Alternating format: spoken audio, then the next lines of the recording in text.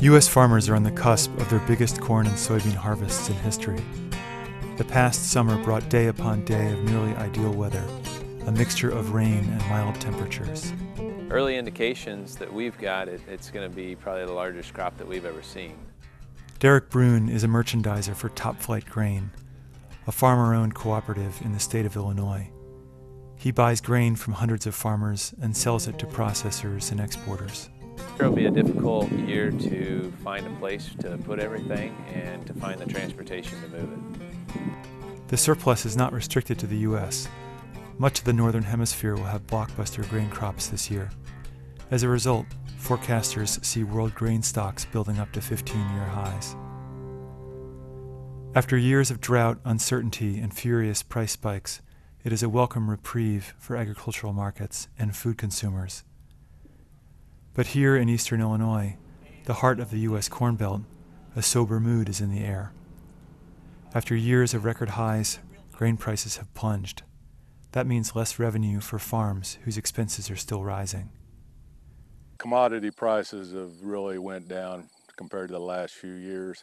We're getting down now to the level where you can't make much money on commodities.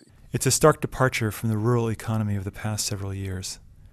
Supported by an aggressive mandate for corn-based biofuel, growing demand for meat, and generous payments from Washington, U.S. farmers rarely had it so good. Farm income hit a record $131 billion in 2013. This year, the government estimates incomes will decline by 14%. It's looking like with this crop coming on, we're going to build carryover up to burdensome levels. And then if we would raise another good crop next year, it's really not looking too good in the foreseeable future.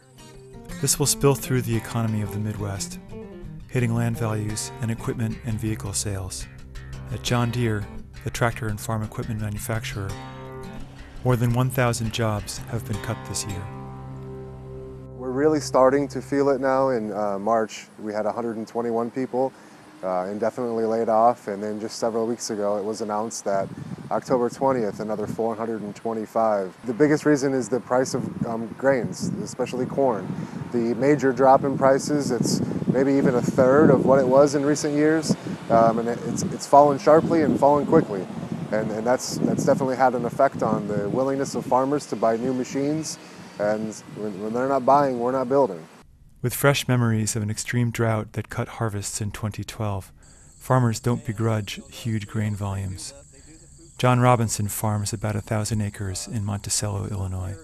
My son was here, and we counted here the other day, and they were 18 around, and they were 40 this way. So that's just unheard of. But as they look ahead and make business decisions for 2015, farmers are staring at a global mountain of grain. You know, it's simple economics. The more you have, the less it goes, you know, the less it's worth, you know, and it's not going to be a disaster for income, because the sheer volume of the crop will generate total dollars. But it adds to the carryover. The carryover is what's key. The balance sheet, you know, what the USDA puts out.